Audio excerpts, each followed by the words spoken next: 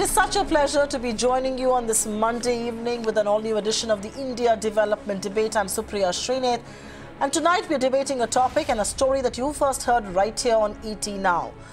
The Modi government is not taking any chances with IL&FS. In a dramatic turn of events, the Ministry of Corporate Affairs today superseded the company's board, stating that the failed infrastructure financier is a sinking ship. The government has now installed a 6-member board headed by Uday Kotak to pull IL&FS out of the current mess. Justifying the decision to supersede the board, the government told the NCLT that the developments at IL&FS, if not checked, can have a cascading effect on the macroeconomy.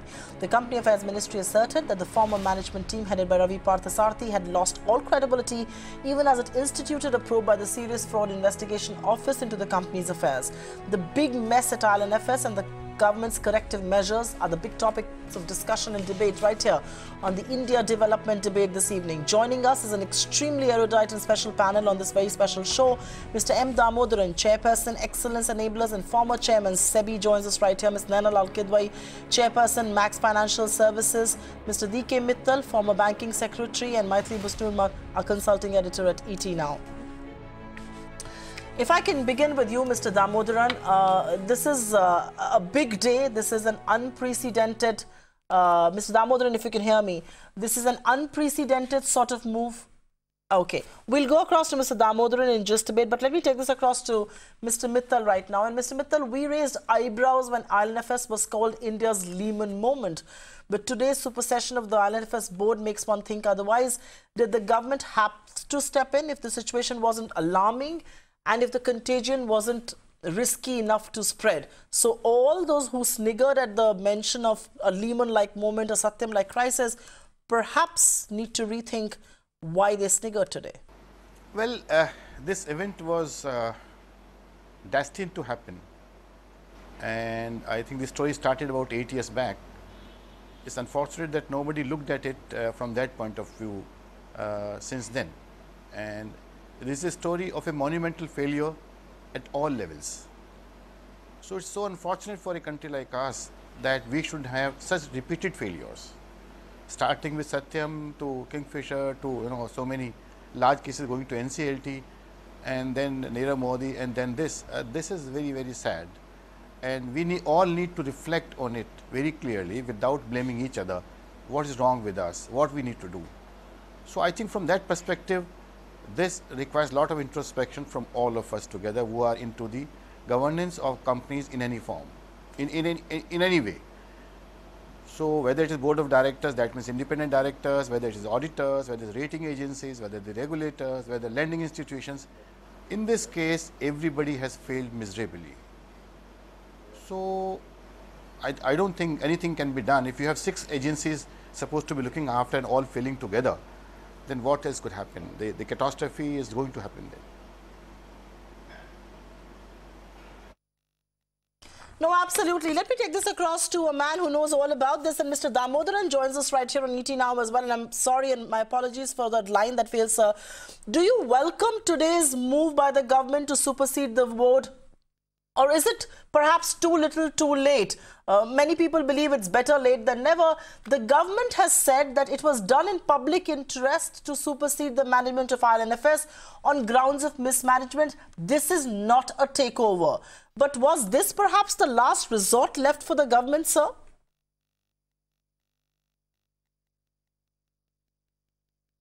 Well, to your question, whether it is too little too late, it is not too little, but it's certainly too late. This should have happened earlier. This is a confidence building measure. This board is not the answer to all the problems that a complex organization like IL&FS has at this point of time. What this will do is to provide a changed leadership in which people might see the possibility of the organization correcting course and going towards safer shores. But to do that, you need to have a board that is rightly composed.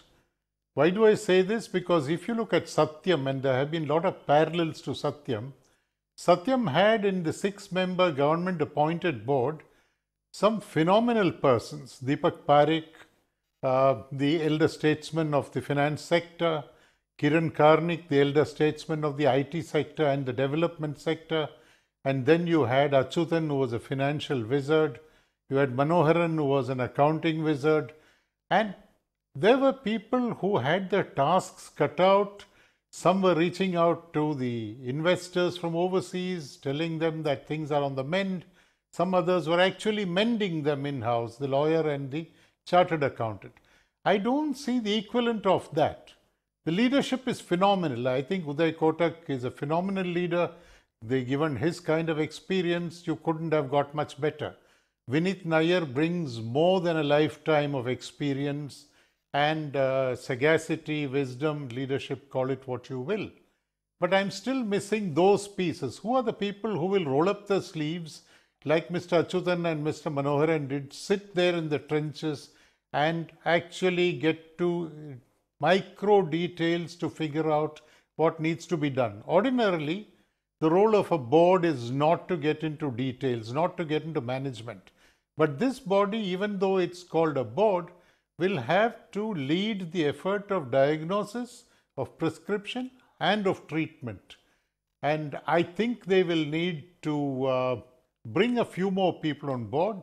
More importantly, get people that are actually willing to get to details, work on the specifics of each company and find solutions. Good start, long way to go. I think that really sums up what we were discussing right here at ET now as far as the board composition is concerned. You really have put the, put your finger on the subject there. I think Maithili couldn't agree more with you because she raised this point a little while back. And Maithili, Mr. Damodaran is right in saying who are the guys who are going to roll up their sleeves like Mr. Achyutan and Mr. Manoharan did. That was, of course, a very different sort of a crisis, and we will talk about why Satyam is different from IL&FS. But let's talk about, while appointing the new board, the government has said, and this is the official press release, that NCLT has allowed appointment of a new board comprising of people with proven record of turnaround and managing financial and infrastructure institutions.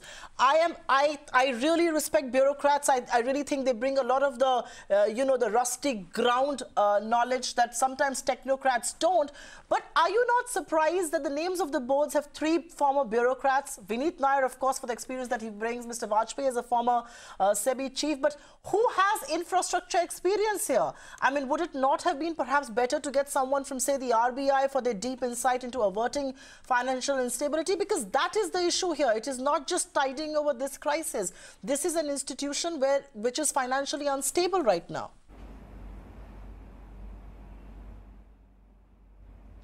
Well, the issue here is certainly not only one of infrastructure financing. The central issue before the board right now is that does IL&FS, does it pose a risk to the stability of the financial system?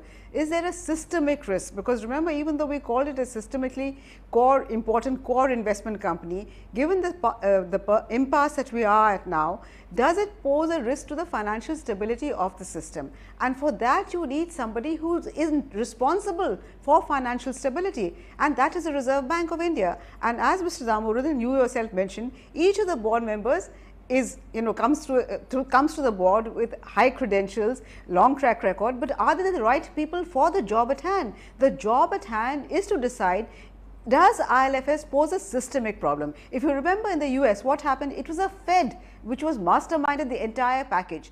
Here it is not like a Lehman moment entirely, nor is it similar to Satyam, nor is it similar to the UTI. UTI government had given a guarantee. Satyam is a service company, a financial intermediary, one which has interconnectedness with other financial intermediaries. This is a completely different kind of handling. It was very important to have somebody from the Reserve Bank of India, and to say that the Reserve Bank of India fell short is no reason why you did not have somebody from there, because they are the best judge. 3 bureaucrats, 1 banker who himself currently is under a bit of a cloud because of what happened with Kotak Mahindra's preferential share allotment. I don't think this composition of the board gives much reason to expect that the problem facing IL&FS at the moment in terms of systemic threat to the systemic stability, that issue gets addressed at all with the present composition, right, regardless of how high the standing of these gentlemen might be. Okay. Nainal Kidwai, I wanted to ask you a bigger picture question on public, the economy at large and all of this. But if I can seek your indulgence for a minute and ask Mr. Mittal, because he's a career bureaucrat. And Mr. Mittal, IS officers are committed, but they are generalists. They are not subject matter experts like Ms. Maithili or even Mr. Damodaran are alluding to. Will they be able to solve what is essentially an issue of financial propriety here? And also, there are many ex-IS officers who've been on boards of various IL&FS companies that are all going bust right now, that are in deep trouble. And how easy or difficult is it going to be for these 3 IS officers on the board of IL&FS now to take up cajoles against their own peers?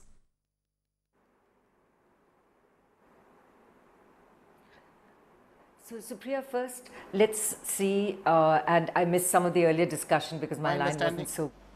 But really,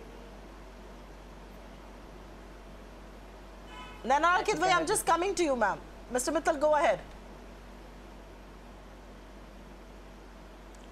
Yeah. Mr. Mittal, go ahead. One, that my understanding is that NCLT has permitted government, NCLT has permitted to appoint 10 directors on the board. So, while Mr. Damodaran's point is fine that we need some more experts, but let the beginning be made. So, secondly, the question is about IS officers. There are only 2 IS officers. Mr. Nair is, I'll really treat him as a corporate person. One, Mr. G.C. Chaturvedi, secondly, Mrs. Malini Shankar. And both of them have credentials in terms of integrity, competence and knowledge of this phase in which they have worked is phenomenal. So, we need to really trust people. The government has selected them and we need to have some faith in the government. We can't all the time keep on whipping the government that they don't do anything, they select wrong people. That's not very fair all the time.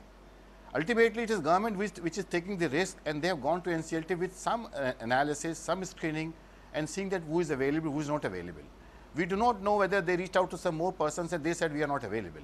So, I think let's give them a chance, and if there is a gap available, then they can go ahead. But let me come back. What is the issue with IL&FS?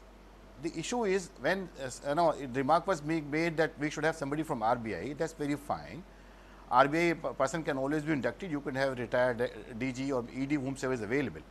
But that really doesn't solve the issue. The issue is primarily first to understand which are the projects, what are the valuations, what are the losses happening, where the money is there, and then to see that how we make the company going. That's the primary concern. I think that first stage is having a board which is not the present board. That has been done by the government. If you want more, inclusion of the expert members, that is always possible to be done. This is not a big deal about it.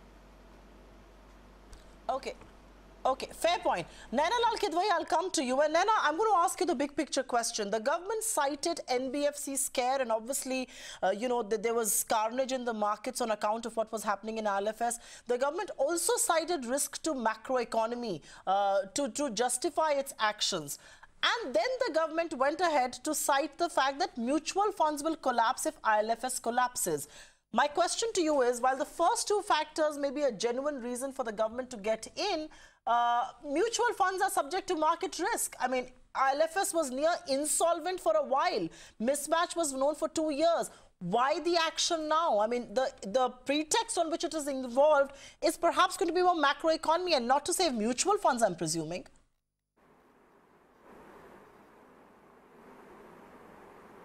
So, Supriya, I think the critical thing is, fortunately, it's action taken, and it's not action that's too late. It would have been nice to have earlier, but it's important to have now.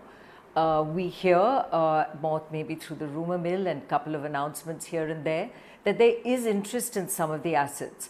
And someone has to drive the process of ensuring that these assets are sold and that debt recoveries are made where, in fact, there is an opportunity to sell these assets, and where there isn't an opportunity to sell these assets, where because of either the over borrowing that happened against projects, or because, frankly, sometimes regulatory failure around projects, that we have enough government representation on the board to go back and say, hey, these are some of the areas that can still be sorted out, because anyone coming in may require guarantees or ability to really understand that that asset can be sorted through, because there would be right actions taken from the government. Because don't forget, in the infrastructure sector, the regulatory overlay, unlike in Satyam, are huge. So I think having people that are representatives of government, but more important is not who we have on this board, as what is the mandate given to them and what is the access and speed of access that they have back to government, because the regulatory departments that deal with some of these spaces, and because it is entirely infrastructure, as we well know, transport, power, water.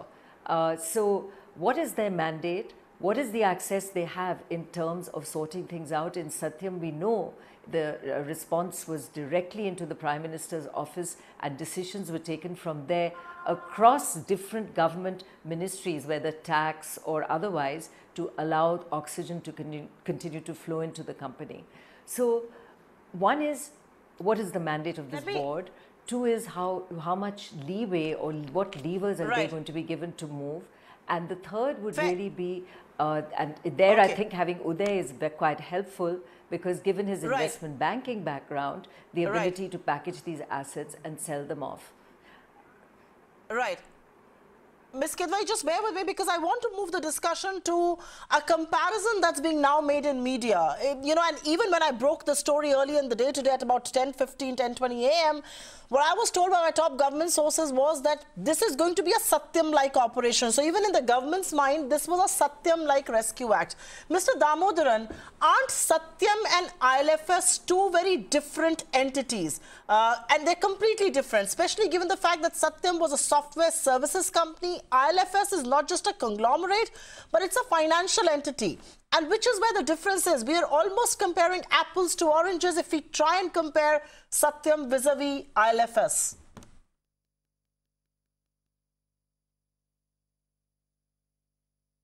Well, the only two common factors that I can see between Satyam and IL&FS is, firstly, these are two cases in which the government replaced the board and appointed its own board. And secondly, Mr. Vineet Nair, who is a member of this board, provided outstanding leadership to Satyam in the restructuring times after Tech Mahindra had taken over and merged it, and prior to the merger and even after the merger. So I think in some sense, Vineet Nair's experience in Satyam on how to deal with organizations that are challenged will certainly come in handy. But just to stay with the board for 30 seconds more, ICICI is having problems, as we know. Mr. Chaturvedi has that task to address. Is it fair that he's also brought in here to address something that is far more complicated than IL&FS, than the ICICI story is? That's one issue that I have on somebody straddling two organizations, both of which have different sets of challenges. This is not Satyam 2. This is, as you rightly said, a different kind of an entity. It is a financial entity. What goes wrong in a financial entity will have ramifications outside of that entity, far more than what will happen in a non-financial entity. But to your first question that you asked, is it too little too late? It's interesting that the former board, or the former leadership, let's call it that, appointed Alvarez and Marcel to prepare a restructuring plan. As of yesterday evening or this morning, they appointed a revamped management committee to look into what assets can be disposed of and in what manner. Now you have this new board. How much of those decisions will be owned by the new board and taken forward, or will it be abandoning all of that and writing on a clean slate? These are some questions that they will have to address. The real issue is, what is leadership? What the company needs now, what the group needs, is leadership that's credible and can induce confidence. And the essential task of leadership is to provide the environment in which everybody else will perform to the best of his or her abilities, address morale, address motivation, go in for communication on a continuing basis with all stakeholders. This was done phenomenally well in the Satyam case, and that is something that I think needs to be followed here. Fair point. Mr. Mittal, if I may quickly come to you, and I tend to agree with Mr. Damodaran. This isn't Satyam 2.0 for the reasons that he's obviously expounded upon very eloquently, and I don't need to go back to this. But in a larger context, in 2009, Ramalingam Raju confessed to the 15,000 crore rupees Satyam scam. About 50,000 jobs were at stake, and then the government did the Rescue Act. They took over the company, found a great buyer with great credentials, saved every job, but did not have to use even 1 rupee of the taxpayers' money. Can we say the same about IL&FS here?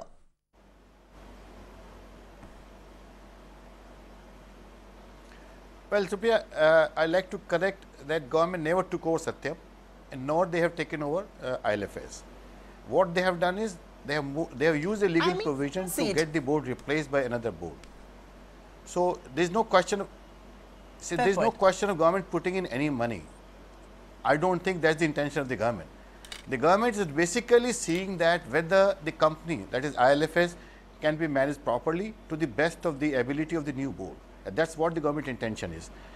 And you know, as Mr. Damodaran has said, I fully agree with him. This is not Satyam, but then there are similarities in the way the so-called the companies have become bankrupt. That has become bankrupt that stage. This has also become bankrupt today. Whether they are revived, how they are revived, that's a second question. That will have to be seen in due course. But in this case, the main issue is they are into infrastructure. Their financing is not that great as the infrastructure development. They are into infrastructure construction and operation. So they are basically again a service sector entity. The main losses of theirs are primarily in infrastructure sector and the management of infrastructure sector. Whether it is a power project at Kudalur, or these are road projects, or the education services, they are all related education services only. And they are quite a bit dependent on the government, quite a bit. Unlike Satyam, where the business was mainly driven through private sector, the consumers of private sector. Here the power is basically again driven to the state regulators and to state entities. The road sector is all concession from the NHAI. Education again primarily controlled by government. So here the dealing with the government is much more intense than it was in the case of Satyam. And perhaps that is the reason why government has thought of putting up 2 or 3 IS officers, so that they can properly communicate and get things done in the government in the right perspective, without any misuse of the authority, but saying that and getting access done and then get the things decided. That I think is the wisdom which we must trust of the government. Okay. You know, I tend to agree with some of what you said. I disagree with the fact that, I mean, I agree with the, on a large part of what you said, that they were completely government dependent. But Mr. Chaturvedi could well be managing ICICI instead of straddling into this. But let's move on with that story. And like you rightly pointed out, because it's government dependent, Maithili, some experts insist that IL&FS is going to be very easy to restructure compared to Satyam, because IL&FS holds a bunch of assets that can be sold piecemeal, and that there is no fear of competitors going after clients or employees. I remember that was a big fear during the Satyam time. Are you going to agree with that sort of a notion, or do you believe that this misses the point that IL&FS is a debt-laden group with liabilities of over 96,000 crore rupees, and that's pretty palpable?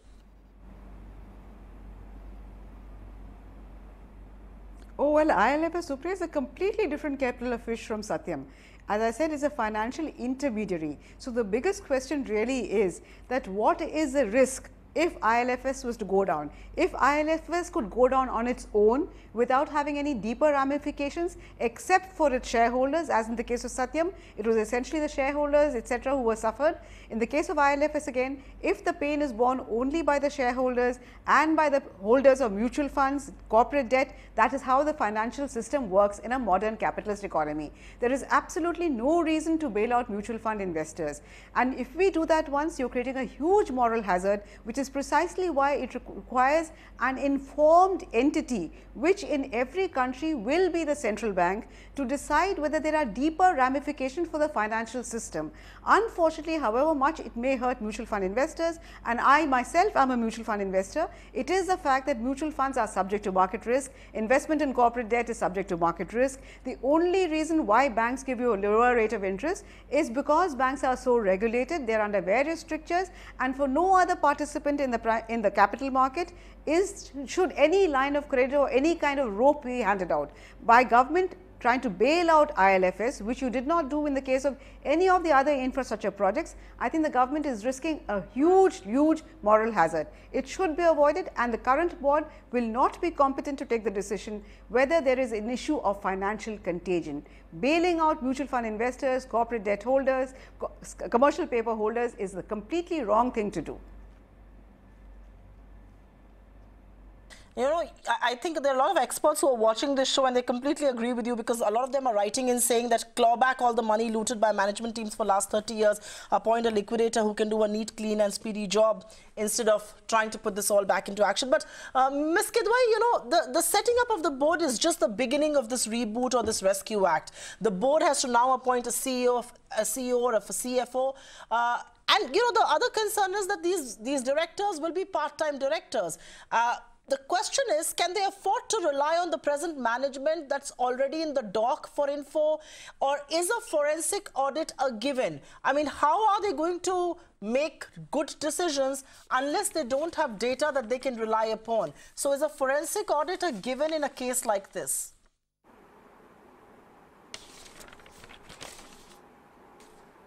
So clearly you have to work with what's there, and let's for a moment assume that through the audits, although the structures of IL&FS with so many subsidiaries and others may be difficult to read through, but to the extent that each is a separate SPV or project, these have been audited, we could at least go on the basis that the data there is correct. Because nobody's saying that there's, at this stage, that it's because of fraud. And frankly, rumors about IL&FS and frankly just the sectors they were exposed to, even if there weren't rumors, would have suggested that there would have been stress for the last couple of years. The big event, as we well know, that triggered this was the fact that the default set off the rating drop from AAA to D. And being AAA, therein lies the systemic risk. Because it was ranked AAA, the debt, the bonds, the exposure to IL&FS is deeply set into the entire industry, with mutual funds, life insurance companies, others all holding it. So therein the risk is very deep.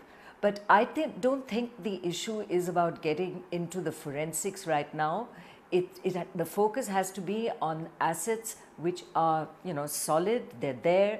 If there is interest by others to come in and look at them, the market that comes to buy is going to see what it needs to see, and they will bid accordingly. So let experts come in and take a view on what they want to pick and bid, and that in itself will be, to my mind, an affirmation of what is right or wrong. But I wouldn't go into this wasting time now on forensics and let's get people behind bars, and you know, that would be the wrong way to go, whereas what the company needs is the way forward. It's about selling what's good, it's about getting some of the debt off the books, it's about giving it a lifeline, it is about ensuring liquidity both in the market and to the company, and make sure that further defaults don't happen. And the fact that you have government shareholding here, which, you know, again was not there in Satyam, because between LIC and State Bank of India, you've got a pretty significant chunk in 30% shareholding.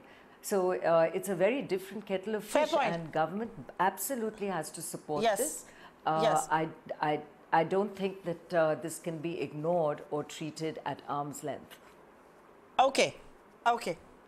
Ms. Kidwai, just bear with me and I'll take this across to Mr. Damodaran.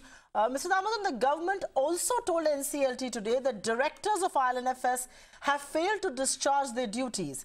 The current board is just a parasite, they said, on public funds, taking hefty pay packages. My question really is, and I think Mr. Mittal alluded to this a little while back in his opening answer, there were two nominees between LIC and SBI on the board. What were they doing? Besides, you know, there was Oryx, which is a globally respected fund house. They had substantial stake. HDFC had a significant stake, over 9% stake.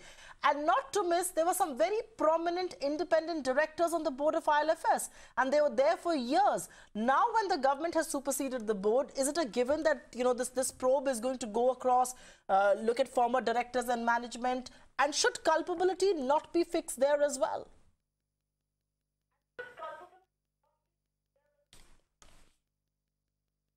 Now, as far as compensation is concerned, the real issue is, well, it certainly looks sizable.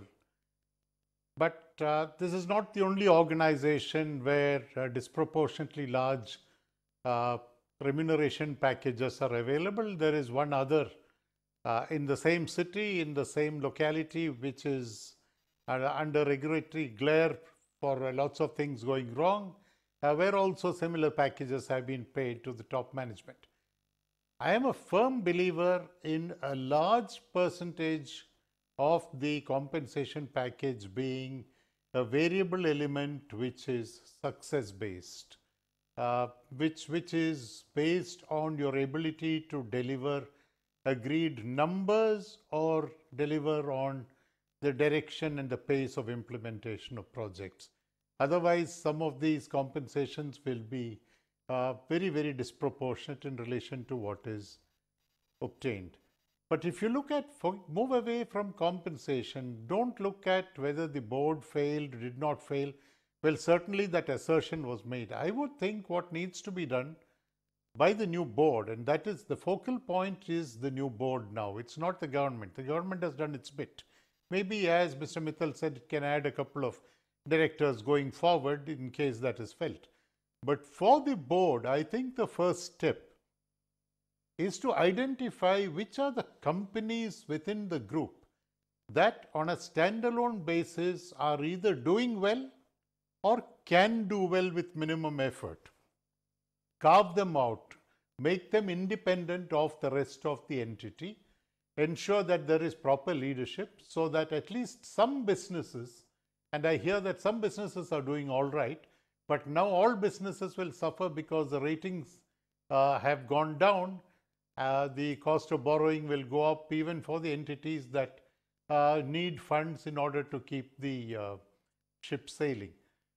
So I think focus on the companies to begin with. Don't get to the asset level straight away.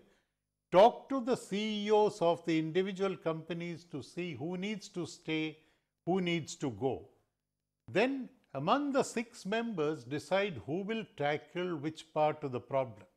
Because if you have all 6 addressing the same issues, I think we'll be losing a lot of time. Decide who will do what in the board, because that again was one of the learnings from Satyam. There were people doing different things, and therefore the process of restructuring gained considerable momentum. What will be done to deal with those that were in charge earlier? That's a different matter. It's not something the new board needs to do. Yes, you need forensic audit. You need forensic audit to find out whether the numbers on which your decisions are going to be made are the right numbers. Because if the numbers are wrong and they don't add up, clearly premised on those, you will end up taking wrong decisions again. So I think getting some numbers that are verified, you will need to bring in large number of audit teams. I know that in the Satyam case, there were a number of auditors looking at different aspects of the accounts to see what was wrong, what was wrongly stated, what was clearly cooked up. All of those were seen by different sets of very senior auditors working very, very hard at it. So I think it's a tough task. Right. It's not one that cannot be done. I believe the collective intelligence and experience of the board will be able to deliver. I'd like to see it strengthened. And Satyam, before I leave, Satyam had a CEO from within the organization even while the restructuring was going on. It didn't bring a CEO from the outside for quite some time. Initially, there was one of the insiders who was there. So there was a continuity. In some sense, there was information flow if you needed to access. You'll have to keep some people within the organization so that it's not disruptive and the information is available to take decisions. No, that's a very valid point, that you need to have some sort of a continuity, and like Satyam had, there had to be a CEO from within who understood how things were happening. I think you're making some very important points there, and you're absolutely right that this entire board can't be focusing their energy on everything, and as a result of that, nothing. The board perhaps needs to have a division of labor between them, who's going to look at what, and which is what really brought to the point of subject matter experts. But Mr. Damodar and Mr. Mittal, Maithili and Ms. Kidwai. Please do stay with us. I'll take a very, very short breather here and I'm back in just a minute because we've got to talk about the possible haircuts this is going to take and what is the way forward as far as investor confidence is concerned. So please do bear with me. I'm back in just a moment right here on the India Development Debate.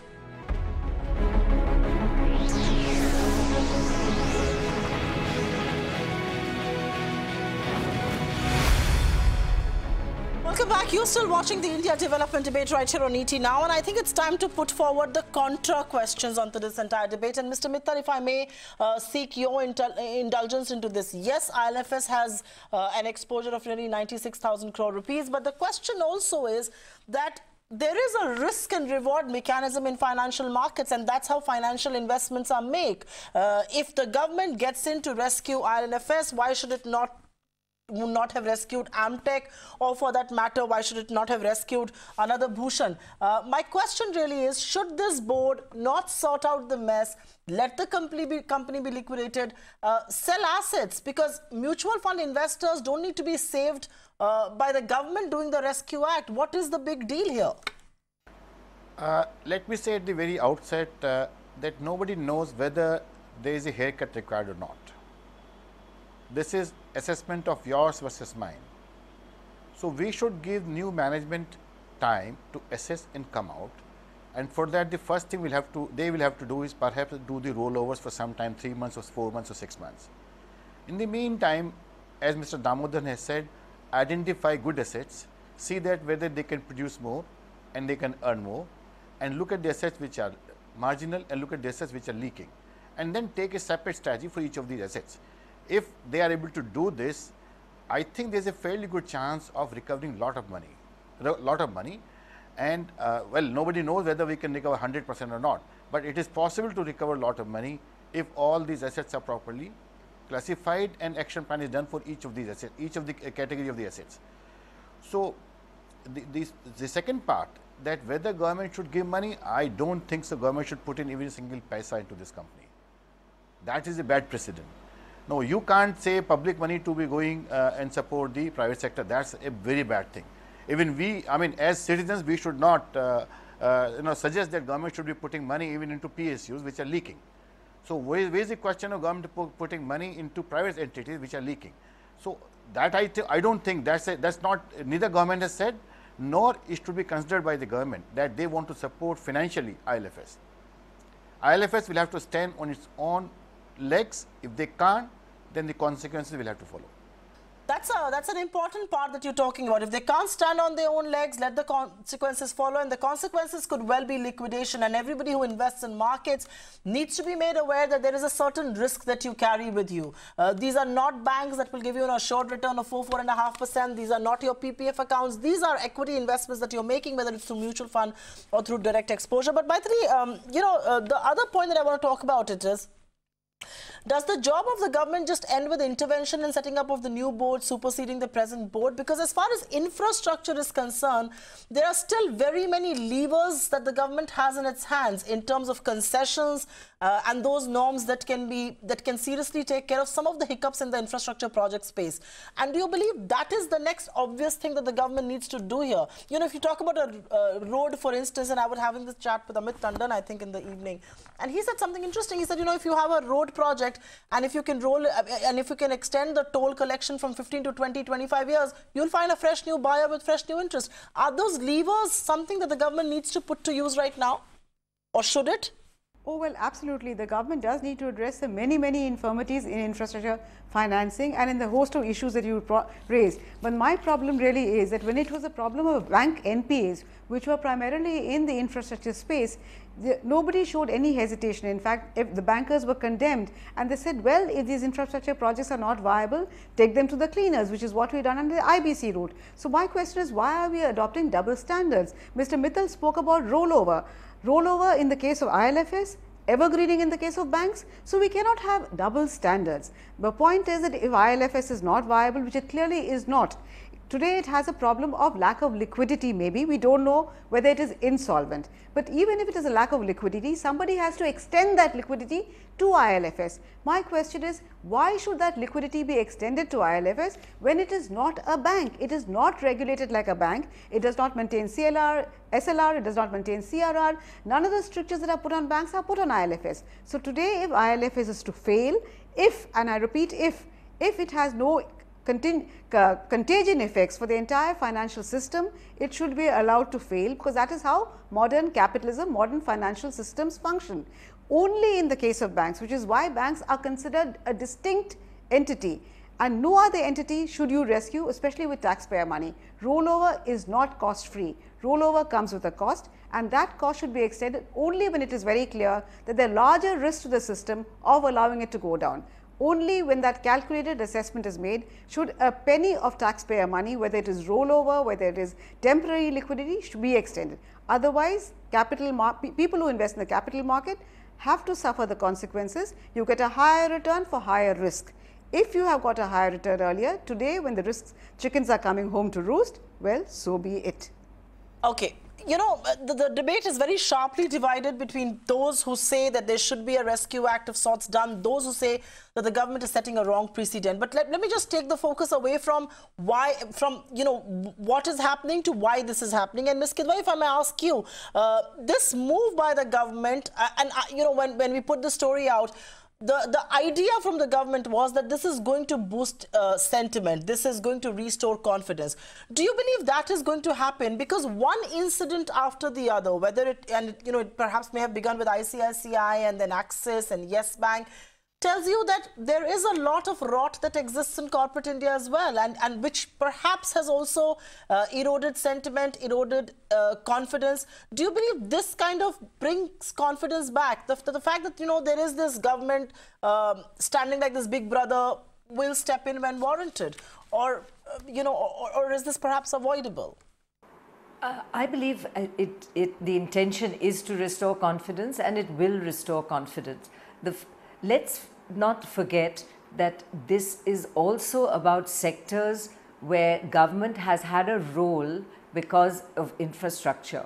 And this is also about sectors which have been pushed to the edge because repeatedly through a decade, some of the regulations and changes that have come by regulatory fiat at times have also impacted the sector. And when we begin to dig deep, there will be many lessons learned about what should not have been done in the infrastructure sector. So I'm drawing a clear line between what was, in the case of Satyam, a hole and a fraud, and the other, which is just the state of the sector. And it isn't just in IL&FS, it is evident across all banks. It's the same sectors that have trouble. And this case, it's entirely concentrated because that's all that IL&FS did. And I don't think we can assume that all debt exposure is only capital markets debt. There are loans given, there is a whole issue in terms of where all this 96,000 odd crores has come from. So to not come in yes, and support it, I think, would be an error today.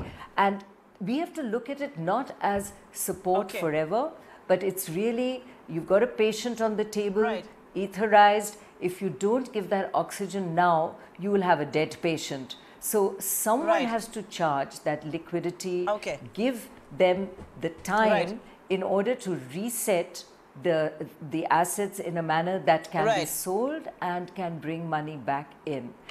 So I do believe that there is comfort because there is belief that, and it has to go beyond the board, it has to be that government's helping hand is there, because otherwise what can this board do other than package assets and sell them?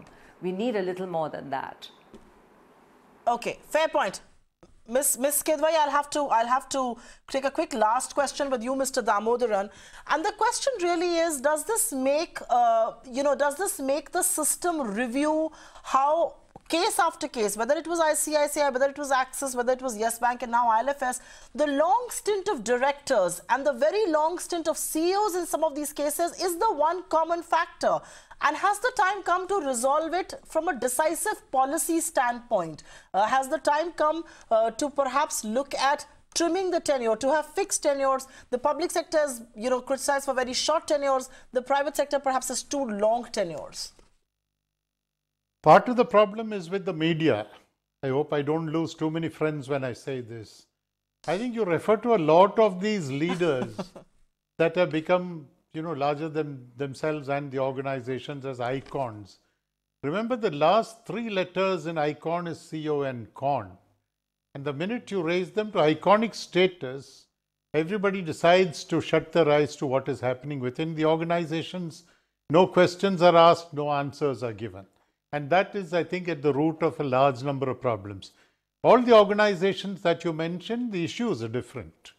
But there were problems, they remained unaddressed, largely because people thought, including shareholders, institutional shareholders, everybody, that you have great leadership in position, why ask questions, life will go on. And the stock market, which is not the best indicator of how things are going on in an organization, shows you an upward trend and you think everything is hunky-dory. Yes, tenure is important, but you have a bank where for close to 25 years, you've had the same chief executive. Are you saying things have gone wrong in that bank? I'm not saying that everything might be right in the bank, I don't know. But clearly, the regulator doesn't seem to be finding anything wrong in that bank. So it's not about tenure. It is about empowerment, it is about incentivization, it is about accountability. It is about seeing that you select the right person with the appetite for leading an organization which is challenged. And it could be an IAS officer who could do that. I know that when Unit Trust of India was in trouble, they sent an IAS officer to deal with that issue, and hopefully it got addressed. So the problem is you send somebody to an executive position. I dare say that if you bring a good IAS officer as the CEO of IL&FS, he or she might find a solution.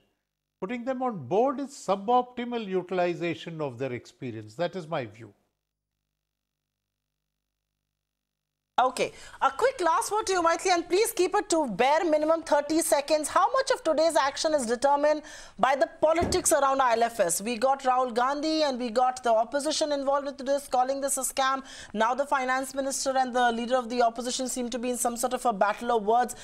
Did the government move too fast to quell the political narrative from taking over this issue? Well, I hope not, Supriya, because this is the last thing we want to do. But in our country, where virtually almost everything is politicized, it's quite possible that there was a political element in this also. But I do hope not, because this is a purely technical financial issue and politics should have nothing to do with it. Okay, on that note, completely out of time here, but can't thank this wonderful panel enough for putting a very varied set of suggestions and views on the table as far as IL&FS is concerned. Mr. Damodaran, Mr. Mittal, Ms. Kidwai, and of course, our very own Maithili Bhusnurma. Thank you very, very much for being with us. IL&FS is a crisis, but it was in the making for the last 2.5 years. Losses were going up and compensations were rising at a similar pace.